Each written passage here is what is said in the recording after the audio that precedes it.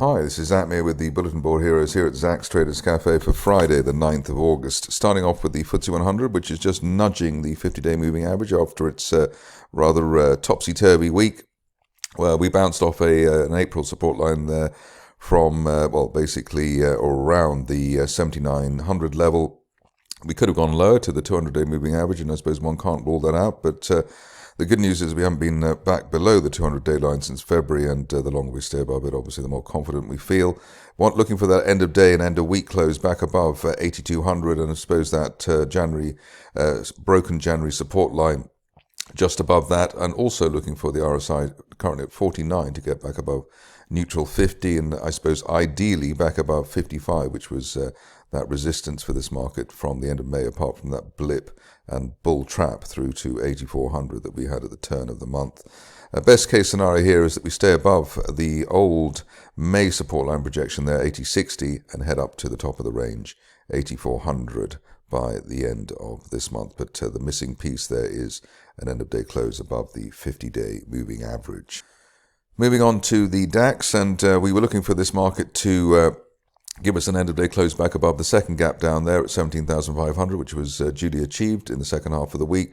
We also bounced off RSI 30, which, as you can see, back in October, November, was the start of a massive bull run there, so maybe that will be the case now. There is resistance there at the old April support line projection, 17,800, so if we can close above that for the week, we would be quite pleased. We also had a gap close by signal as well, so looking as though we could head back towards the 50-day line there, 18,300, like the FTSE has done maybe early next week.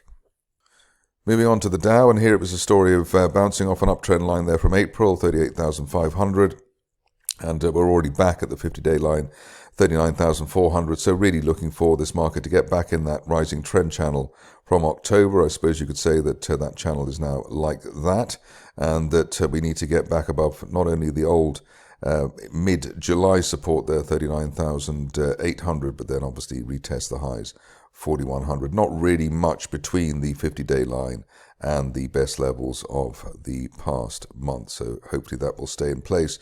Upside value while we hold above 38,500 and that April uptrend line. Bitcoin is next, and here we've had a bear trap rebound from below the July support area, 53,500, and we've just hit the 50-day line there, and the 200-day line's actually at 62,000. Want to see an end-of-day close above that combo to give us a move back towards the rather difficult 70,000 zone, which has been the sticking point for this market since March. Ideally now we stay above the old uptrend line there from October, 59,000, ahead of a move up to 70,000. On to gold, and here the picture looking perhaps the best of all the markets we've been looking at. We've had 4 bounces for the RSI on the neutral 50 level, which is it's a record, but something very unusual. So it does suggest there's a lot of strength here, and basically a buy on dips, and looking for 2,600, the top of that channel there from December by the end of this month. Upside value while we're held above the floor of the channel and the 50-day line at 23.90, so very well poised market there. The stocks are next, and starting off with Ascent, where I suppose we're always looking for the big move higher. Here we've had a horrible post-November period for the shares, but here we punctured the 50-day line properly for the first time since back in February, and obviously we're looking for an end-of-day close or a weekly close above that. The real resistance here, though, was 2.2 pence, and that November line above which we could head up to the 200-day moving average at 2.67, perhaps by the end of this month, but we really do need an end-of-day close back above that 50-day line and not where we are now, just below it. Avacta is next, and here all of a sudden, on sort of quietly in a stealth way, we've seen this market, or this stock rather, break that resistance line there from July. Obviously we've come back from the 73 pence level, but at least while we're above that resistance line at 65 pence, still looking for a move to the 200-day moving average at 81 pence. We haven't been above the 200-day line since basically the beginning of the year, so maybe overdue having a go at that, even if we then fall back again after trying to get through there. Stock which I believe is leaving the stock market, so perhaps not that much point looking at it, but at least from a charting perspective is interesting looking at Chaarat Gold. Here we've got a little broadening triangle base here, the top of the triangle there at 0.44, so I suppose that is the best case scenario in terms of any rebound before we say goodbye to the stock if we can get there, and support obviously around the 0.1 pence level, but probably not one for everyone, if at all. CapEx is next, and here the picture is of a stock which is, I suppose, trying to regroup after the big rally that we had for June and July. Beautiful situation in the sense that we bounced above the 50-day line, a rising 50-day line. We've also held the top of that gap there from July, so everything there hinging on 0.25 above that, looking for an easy retest of last month's resistance through 0.45, and looking for that to happen well before the end of this month. Best case scenario here, maybe before the end of next month, would be a move to the upper parallel of that resistance line as high as 0.8 pence, but don't want to get too excited just yet, even though the setup does look very good indeed. I looked at cab payments earlier in the week, but I didn't actually include it in the bulletin board heroes, which I feel a bit sad about. I have had information that this is a company well worth looking at in terms of the fundamentals, or at least as a recovery. Gap closed buy signal on Wednesday, and closing above the 200-day moving average yesterday, and today approaching the 50-day line. But the big resistance line there is back from May at £1.24.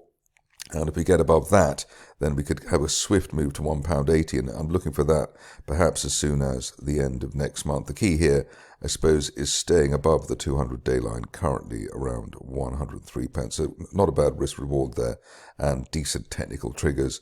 Interesting that the stock is climbing against a still sharply falling 200-day moving average, which we don't often see. Moving on to EnergyPathways, which seems to have rehabilitated itself and seems to be well in with the government and its draconian policies. Here we were already looking for the shares to hit that resistance line there at 2.8 pence, which they've duly done, but basically today. And basically looking also for an end-of-day close above the 200-day moving average there at 2.6 pence. Above that, probably safe to say we can see this stock heading back to the best levels, 4.2 pence by the end of next month. But the key here is holding above that 200-day line, and obviously the June resistance area just above it at 2 3/4.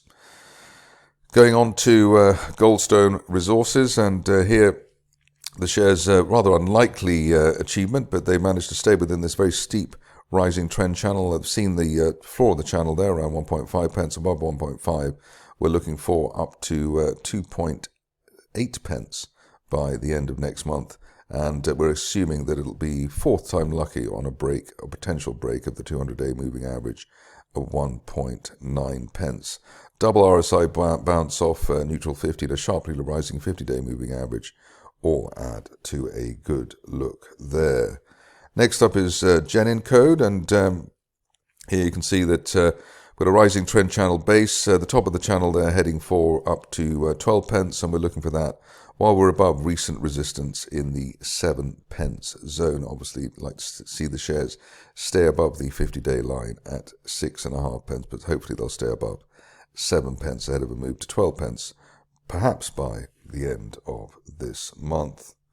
Moving along to a situation which is of interest in terms of whether Kazera can break that 200-day line out on the third attempt, or the fourth attempt in the recent past. The 200-day line there at 0.52, end of day close above that, and we could be looking at 0.8 pence by the end of next month in a rising trend channel base situation. One of the best charts around in terms of being persistent is Kinovo, and here you can see why. We've got this rising trend channel which is heading for up to 95 pence, but we're looking for that by the end of the next month. We're approaching our initial target here at 77 pence, and therefore looking for a fresh target backed by a triple bounce for the RSI off neutral 50, so that is looking very strong. And you can see that we had a bear trap gap reversal, or a gap reversal, to start the rally, and we've held the gaps up ever since, so this does look as though it's a very strong situation with legs. On to Mosman to cheer up the Mosmanites, and here you can see that we are making good progress within that rising trend channel from March. Top of the channel there, heading for basically 0.1 pence. Looking for that, I suppose, now by the end of next month, and the longer we stay above 0.06, the more likely that would be. The ultimate thing is that we don't want the shares to go back now below or stay below the 50-day moving average, 0.05. NEO is next, and here, stock which has had a rather few tough months, like one can say, since November. We've got a potential broadening triangle base here. Top of the triangle there at 0.53, and obviously the big prize would be to get up to the 200-day moving average at 0.68 by the end of next month, or even sooner than that. But just it looks as though we've got a bear trap rebound from below the May support there at 0.42, and the more time we spend above that and the 50-day line at the same level, the better it looks. Onto a stock which I'd never heard of before, but kept on charting it anyway, and going better by the day on Tan Delta Systems. We already had the sideways shuffle above a rising 50-day line, which was the initial signal to go up to our first target at 14 pence. Second target was 18 pence, and given the gap higher today, we're looking for up to 21 pence at that January resistance line projection. So hopefully that will happen during the month of August. On to the last three. The first one, an unusual choice, Victoria. Here it looks as though we've got a rising trend channel base. We've broken the 50-day line for the first time since May, and looking for the top of the channel and the 200-day moving average at £2.52. And that will be the first time we touch that 200-day line in nearly a year. Uptrend line in the RSI window as well gives us confidence that this is not just a brief blip through the 50-day line, but this will have legs. And I'd like to see no end-of-day close now back below the 50-day line at £1.68. On to Xtract, where we've been hoping that the shares will finally turn around, and here another chance for them to turn around. Want to see the shares stay above 0.77, which was the April and June support. If we can get a weekly close above that, we are potentially looking for at least a move to the 50-day moving average again at 0.89. Ideally, by the end of next month, we've hit a penny for the first time since January. Finishing off with World Chess, and here you can see that we've had a gap fill rebound. We bounced above old resistance there. The old resistance was around 10 pence, and we had a golden cross to go into the end of July. That seems to be enough, or should be enough, to power the shares up to the ultimate target here, which is a September resistance line projection at 27 pence, and looking for that sometime by the end of September. But we really want to stay on the right side of 12 pence in the meantime. That's it from me today. More updates over the weekend.